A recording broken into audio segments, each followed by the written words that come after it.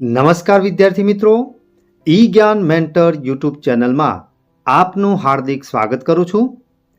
વિદ્યાર્થી મિત્રો, આજે આપણે ધોરણ 5 અંગ્રેજી વિષયના નવા અભ્યાસક્રમ મુજબના યુનિટ 1 સ્માઇલ પ્લીઝ ના રીડિંગ વિભાગની આજે આપણે આ વિડીયોમાં ચર્ચા કરવાના છીએ.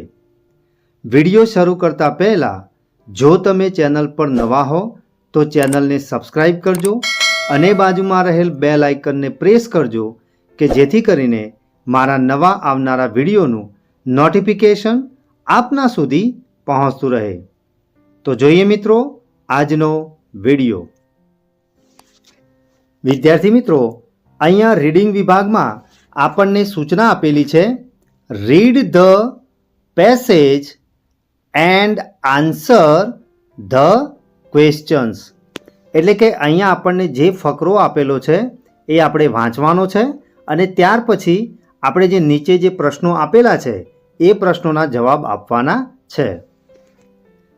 There are 19 different types of smile, but only 6 occur when we have a good time. એટલે કે હાસ્યના અલગ અલગ 19 પ્રકાર છે, પણ એમાંથી જ્યારે આપણી પાસે સારો સમય હોય છે ત્યારે આપણને 6 જ પ્રકારના આપણને હાસ્ય જોવા મળે છે. Smiling can boost your immune system. હાસ્ય છે એ તમારી જે રોગ પ્રતિકારક શક્તિ છે એને બૂસ્ટ કરવાનું કામ કરી શકે છે. Smile reveals your stress and it is good for your health. અને હાસ્ય છે એ તમારો જે સ્ટ્રેસ છે, તણાવ છે એને ખુલ્લો કરે છે, એટલે કે એને બહાર કાઢવાનું કામ કરે છે અને સાથે સાથે તમારું જે હેલ્થ છે, તમારું જે સ્વાસ્થ્ય છે એને સારું પણ કરે છે. It is easier to smile than to frown. It takes 13 muscles to smile and about 47 to frown.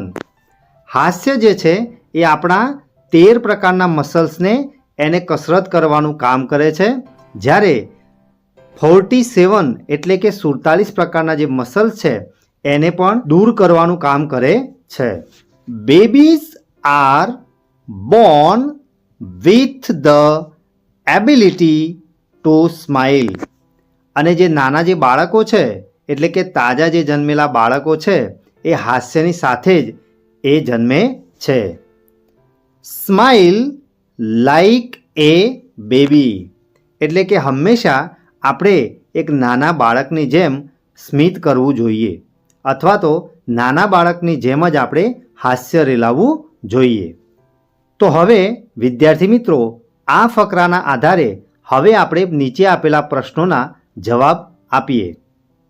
અહીંયા વિદ્યાર્થી મિત્રો, પહેલો પ્રશ્ન છે, હાઉ શુડ વી સ્માઇલ. એટલે કે આપણે હાસ્ય કેવી રીતે કરવું જોઈએ. તો અહીંયા એનો જવાબ છે, we should smile like A baby. એટલે કે આપણે એક નાના બાળકની જેમ હાસ્ય કરવું જોઈએ. બીજો પ્રશ્ન છે, find similar words for various. Various એટલે જુદા જુદા, તો એના જેવો જ જે સિમિલર એટલે કે સમાનાર્થી શબ્દ આપણે શોધીને લખવાનો છે. તો સાચો જવાબ આવશે ડિફરન્ટ એટલે કે અલગ. પ્રશ્ન ત્રીજો છે, how many types of smile are there. એટલે કે ફકરામાં કેટલા પ્રકારના હાસ્યની ચર્ચા કરવામાં આવી છે. તો સાચો જવાબ આવશે there are 19 types of smiles. એટલે કે 19 પ્રકારના હાસ્યની ચર્ચા કરવામાં આવી છે. પ્રશ્ન ચોથો છે, list out 3 benefits of smile. એટલે કે હાસ્યના કોઈ પણ 3 જે ફાયદા છે એ આપણે લખવાના છે. તો અહીંયા આપેલા છે. પહેલો છે સ્માઇલ રિલીવ્સ સ્ટ્રેસ, એટલે કે હાસ્ય છે એ તણાવને દૂર કરવાનું કામ કરે છે. બીજો જે ફાયદો છે એ છે smiling can boost our immune system, એટલે કે હાસ્ય છે એ આપણી રોગપ્રતિકારક જે શક્તિ છે એને વધારવાનું કામ કરે છે. ત્રીજું છે ફાયદો smile is good for health, એટલે કે હાસ્ય છે એ આપણા સ્વાસ્થ્ય માટે ખૂબ જ સારો છે. પાંચમો પ્રશ્ન છે smiling can boost your immune system, true or false, એટલે કે હાસ્ય છે એ આપણી જે રોગપ્રતિકારક શક્તિ છે એને બૂસ્ટ કરવાનું કામ કરે છે. તો આ વાક્ય જે છે એ સાચું છે કે પછી ખોટું છે? તો અગાઉ આપણે જે પ્રમાણે ફકરામાં અભ્યાસ કર્યો એ પ્રમાણે જોઈએ તો આ વાક્ય એકદમ સાચું છે. તો એનો આન્સર આવશે ટ્રુ. ત્યાર પછી નેક્સ્ટ જોઈએ. અહીંયા વિદ્યાર્થી મિત્રો સૂચના કંઈક આ પ્રમાણે આપેલી છે. Fill in the blanks with the fillings as given in the examples, એટલે કે અહીંયા આપણને કેટલીક ખાલી જગ્યાઓ આપેલી છે. એ ખાલી જગ્યાઓને આપણે અહીંયા જે ઉદાહરણ આપેલું છે એ ઉદાહરણ પ્રમાણે આપણે એને પૂરવાની છે. તો આપણને અહીંયા કેટલાક એક્ઝામ્પલ આપેલા છે. પહેલું એક્ઝામ્પલ છે when you meet your friends you feel, એટલે કે જ્યારે તમે તમારા મિત્રોને મળો છો ત્યારે તમે કેવું ફીલ કરો છો? તો એનો જવાબ આવશે અહીંયા હેપી. ત્યાર પછી when you loose your favourite things you feel, એટલે કે જ્યારે તમે પોતાની મનગમતી વસ્તુને તમે ગુમાવો છો ત્યારે તમે શું ફીલ કરો છો? તો સેડ, એટલે કે દુઃખી થઈએ છીએ આપણે. When you go to A temple you feel, એટલે કે જ્યારે તમે મંદિરે જાઓ છો ત્યારે તમને કેવી અનુભૂતિ થાય છે? તો એ આવશે અહીંયા કામ, એટલે કે એકદમ મગજ આપણું શાંત થઈ જાય છે. છેલ્લે છે when you do not study for test you feel, એટલે કે જ્યારે તમે પરીક્ષા માટેની તૈયારી સારી રીતે ન કરો ત્યારે તમને કેવો અનુભવ થાય છે? તો યુ ફીલ વરીડ, એટલે કે તમને એક પ્રકારનો ડર લાગે છે. તો વિદ્યાર્થીઓ આ જે આપણે એક્ઝામ્પલ જોયા એના આધારે હવે આપણે ખાલી જગ્યાઓને પૂર્ણ કરીએ. તો અહીંયા પહેલી ખાલી જગ્યા છે when you get gifts you feel, એટલે કે જ્યારે તમે કોઈકની પાસેથી ભેટ મેળવો છો ત્યારે તમને કેવો અનુભવ થાય છે? તો યુ ફીલ હેપી, એટલે કે આપણને ખૂબ જ આનંદ થાય છે. બીજી ખાલી જગ્યા છે when you play with your friends you feel, એટલે કે જ્યારે તમે તમારા મિત્રોની સાથે રમો છો ત્યારે તમને કેવો અનુભવ થાય છે? તો એનો સાચો જવાબ આવશે હેપી, કારણ કે મિત્રો સાથે આપણે જ્યારે રમતો રમતા હોઈએ ત્યારે હંમેશા આપણને આનંદ જ આવતો હોય છે. ત્રીજી ખાલી જગ્યા છે વેન સમવન સ્કોલ્ડ્સ યુ ફીલ ખાલી જગ્યા, એટલે કે જ્યારે તમને કોઈક ઠપકો આપે છે ત્યારે તમે કેવો અનુભવ કરો છો?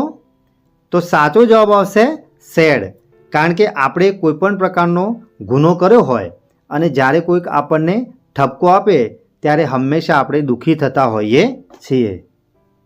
ચોથી ખાલી જગ્યા છે when you have lots of work you feel, એટલે કે જ્યારે તમારી પાસે ઘણું બધું કામ આવી જાય ત્યારે તમે કેવો અનુભવ કરો છો? તો સાચો જવાબ આવશે વરીડ, એટલે કે આપણે ચિંતામાં મુકાઈ જઈએ છીએ. પાંચમી ખાલી જગ્યા છે when your friend does not help you, you feel ખાલી જગ્યા. એટલે કે જ્યારે તમારો જે મિત્ર છે એ તમને જો મદદ ન કરે તો તમને કેવો અનુભવ થાય છે? તો એમાં સાચો જવાબ આવશે સેડ. એટલે કે ત્યારે આપણે બિલકુલ દુઃખી થઈ જઈએ છીએ. ત્યાર પછી નેક્સ્ટ જોઈએ.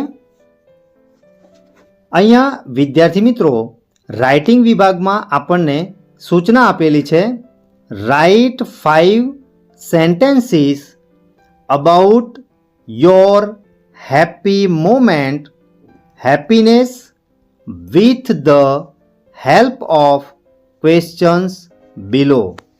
એટલે કે તમે જ્યારે ખુશ હો ત્યારે તમે કેવો અનુભવ કરો છો એ તમારે અહીંયા નીચે જે આપણને ક્લૂઝમાં જે પ્રશ્નો આપેલા છે એ પ્રશ્નોના આધારે તમારે જવાબ લખવાના છે. એટલે કે 5 પ્રકારના તમારે વાક્યો અહીંયા બનાવવાના છે. અહીંયા ક્લૂઝમાં પહેલો પ્રશ્ન છે, વોટ મેક્સ યુ હેપી? એટલે કે તમને શું આનંદિત બનાવે છે? બીજો પ્રશ્ન છે, હુ મેક્સ યુ હેપી? એટલે કે તમને કોણ ખુશ બનાવે છે? વેર ડુ યુ ફીલ હેપી? એટલે કે તમે કઈ એવી જગ્યા છે કે જ્યાં તમને ખુશીનો અનુભવ થાય છે? ચોથો પ્રશ્ન છે, when do you become happy? એટલે કે તમે એવો કયો સમય છે કે જ્યારે તમે બહુ ખુશ થાઓ છો? અને છેલ્લો પ્રશ્ન છે, how can we B happy? એટલે કે આપણે હંમેશા કેવી રીતે ખુશ રહી શકીએ? તો આ જે પ્રશ્નો છે એ પ્રશ્નોના આપણે જવાબ આપી અને આપણે વાક્યો બનાવીશું.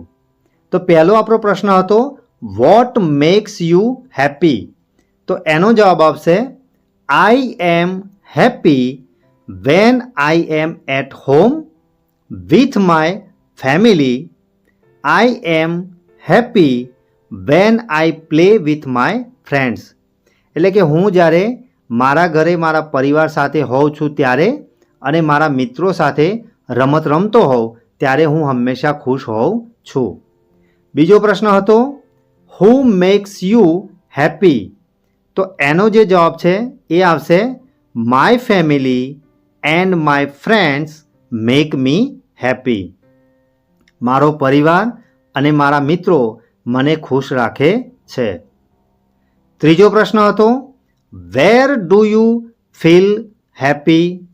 તો એનો સાચો જવાબ આવશે, I feel happy when I stay at my home, in school, in the garden or in any place where I have fun.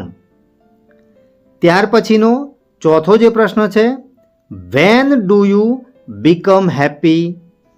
તો એનો જવાબ છે એ આપણે નેક્સ્ટ જોઈએ. ચોથા પ્રશ્નનો જવાબ છે, I become happy when I do meaningful things and C others happy to. એટલે કે હું જ્યારે કંઈક અર્થપૂર્ણ કંઈક કાર્ય કરું છું અથવા તો બીજા વ્યક્તિઓને જ્યારે ખુશ જોઉં છું ત્યારે હું હંમેશા ખુશ રહું છું. અને છેલ્લો જે પ્રશ્ન હતો એનો જે જવાબ છે એ આ પ્રમાણે છે, we can be happy by staying positive, being grateful and enjoying simple moments.